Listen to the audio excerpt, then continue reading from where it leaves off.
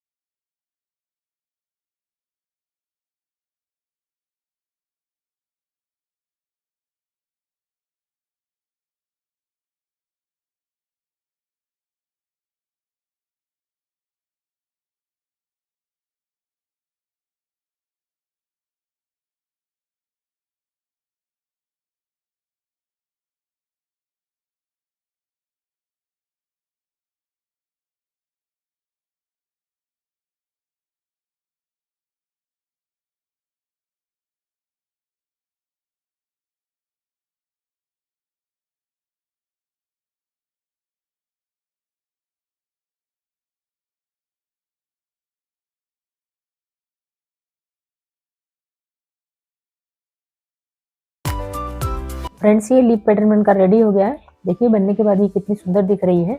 आप एक बार बनाकर जरूर ट्राई करें। आप इसको किसी भी क्लॉथ वगैरह में बना सकते हैं या अपने ड्रेस में बना सकते हैं। इसकी बॉर्डर लाइन यदि आप इसी बनाते हैं तो बहुत ही सुंदर दिखने वाली स्टिच है ये।